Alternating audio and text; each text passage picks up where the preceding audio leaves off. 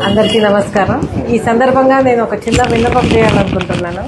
ఇప్పుడు ఒకటి ఇది వెలుగులోకి వచ్చింది, వెలుగులోకి రానివన్నీ ఉన్నాయి. ఇలాంటి చర్యలు ఆపేదానికి మనం ఏం చేయాలి అనేది ఫస్ట్ ఒకటి ఆలోచించాలి. ఎందుకు ట్రాన్స్పరెన్సీ ఉండదు? ఏ దేవాలయంకైనా కూడా ఎంత ఆస్తులు ఉన్నాయి అనేది అన్నీ పబ్లిసిటీ చేయాలి. ప్లస్ ఆన్లైన్ ట్రాన్సాక్షన్స్ అనేది ఉండాలి అనేది ఈ సందర్భంగా అందరినీ నేను కోరుకుంటూ ఉన్నాను. ఎందుకంటే మనకి ఏం జరుగుతుందో ఏ దేవాలయంలో ఇంత 6 నెలల నుంచి పోరాటం ఒక దేవాలయం మీద చేస్తూ ఉంటే కూడా మనకు రిజల్ట్ రాకపోతే రేపు భవిష్యత్తులో జరిగినవి ఎన్నో వెలుగులోకి రానే దాని గురించి కూడా మనకందరికీ తెలియాలి. కాబట్టి ఈ ట్రాన్స్పరెన్సీ అనేది, అకౌంట్ ట్రాన్స్పరెన్సీ అనేది మనకు అందరికీ ఉండాలనేది ఈ సందర్భంగా అందరినీ కోరుకుంటూ ఉన్నాను. ప్రొద్దుటూరులో ప్రసిద్ధిగాంచిన అగస్తేశ్వరాలయంలో అక్రమాలు జరిగి 6 నెలలు అవుతున్నా కూడా ఇంతవరకు విచారణ కమిటీ ఏం జరిగిందనేది చెప్పకపోవడాన్ని భక్తులు తీవ్ర అసంతృప్తి వ్యక్తం చేస్తున్నారు. ఎందుకంటే చాలా స్పష్టంగా డిసెంబర్ 22, 2025లో జ్యువెలరీ వెరిఫికేషన్ ఆఫీసరు తనిఖీలో చాలా స్పష్టంగా 16 గ్రాముల అమ్మవారి ఆభరణము, 253 గ్రాముల వెండి నగలతో పాటు ₹1,00,00,000 మాయమైనట్లు చాలా స్పష్టంగా నిజాలు బయటకు వచ్చిన తర్వాత కూడా ఇంతవరకు ఎండోమెంట్ అధికారులు దానిపైన ఎలాంటి చర్యలు చేపట్టకపోవడాన్ని బట్టి వాళ్ళు దేవాలయాల ఆస్తుల సంరక్షణ కంటే కూడా వాళ్ళ యొక్క అధికారులను కాపాడుకోవడానికే ప్రయత్నం చేస్తున్నట్లు చాలా స్పష్టంగా అర్థమవుతుంది. ఎందుకంటే ఎవరినైతే విచారణాధికారులుగా వాళ్ళు నియమించారో వాళ్ళందరూ కూడా, ఎందుకంటే శంకర్ బాలాజీ ఈరోజు జిల్లా ఎండోమెంట్ అధికారి, అసిస్టెంట్ కమిషనర్, కానీ విచారణ అధికారులుగా వేసిన వాళ్ళందరూ కూడా టెంపుల్ ఇన్స్పెక్టర్లను వేశారు.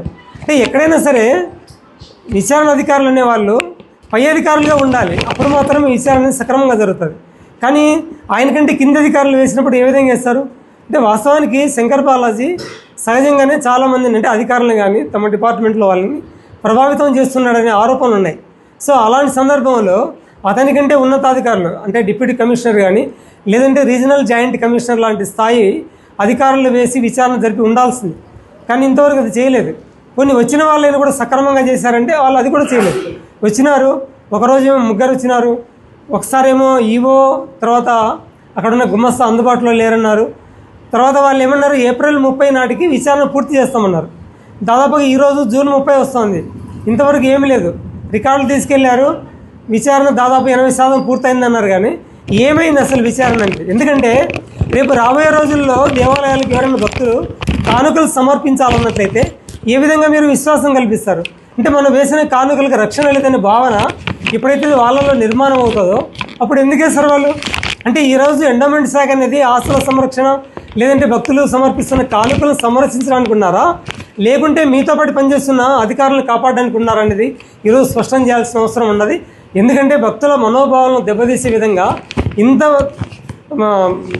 పక్కాగా ప్రత్యక్షంగా కనిపిస్తున్నప్పుడు కూడా అక్రమాలు జరిగాయని చాలా స్పష్టంగా ఆధారాలు ఉన్నప్పుడు కూడా మీరు ఇంతవరకు వాళ్ళపైన ఎటువంటి చర్యలు తీసుకోలేదంటే ఇది స్పష్టంగా అర్థమవుతుంది. కాబట్టి ఎండోమెంట్ శాఖలో ఎలాంటి అవినీతి జరిగినా కూడా పై అధికారులు వాళ్ళపైన చర్యలు తీసుకోరనే భావన ఈరోజు భక్తుల్లో నిర్మాణమైంది. ఇది సరైనది కాదు. ఇది దేవాలయ వ్యవస్థ దెబ్బతీసడానికి అవకాశం ఉంది. కాబట్టి ఇప్పటికైనా సరే మేము డిమాండ్ చేస్తున్నది ఏమంటే, దేవాలయాల సంరక్షణ సమితి మీరు వేసిన కమిటీ నిర్ధారణ కమిటీ ఇంతవరకు ఏమి నిజాలు చెప్పకపోవడం ఒకటి. రెండోది, మేమేమంటున్నామంటే దీని విషయంలో నిజాలు నిగ్గు తేలాలన్నట్లయితే విజిలెన్స్ ఎన్ఫోర్స్మెంట్ వారితో మీరు విచారణ జరిపించినట్లయితేనే అవి నిజాలు అనేవి బయటకు వస్తాయి, భక్తుల్లో కూడా విశ్వాసం పెరుగుతుంది. కాబట్టి కేవలం మీరు మీ యొక్క ఒక 2-3 అధికారులను కాపాడడానికి చేసే ప్రయత్నం కంటే దేవాలయ వ్యవస్థను కాపాడడం అనేది చాలా ముఖ్యం. ఎందుకంటే ఎండోమెంట్ శాఖను ఏర్పాటు చేసిందే దేవాలయాల యొక్క ప్రతిష్టను కానీ ఆస్తుల పరిరక్షణ కోసం కానీ కాపాడడానికి. ఎందుకంటే ఈ మధ్యనే ఎండోమెంట్ మినిస్టర్ గారు కూడా చెప్పారు, సనాతన ధర్మాన్ని లేని దేవాలయాల పరిరక్షణ కోసం ఎండోమెంట్ శాఖ పనిచేస్తుందని. మరి ఎక్కడ పనిచేస్తుంది? ఇక్కడ ఇంత దారుణంగా ఇంత స్పష్టంగా అక్రమాలు జరిగినట్లు ఆరోపణలు ఆధారాలు ఉన్నప్పుడు కూడా మీరు ఏం చేయలేదంటే మీరు ఏ విధంగా సనాతన ధర్మాన్ని దేవాలయాలను కాపాడతారని ఇవాళ దేవాలయాల సంరక్షణ సమితి ఎండోమెంట్ శాఖను ప్రభుత్వాన్ని మనం ప్రశ్నిస్తున్నాము.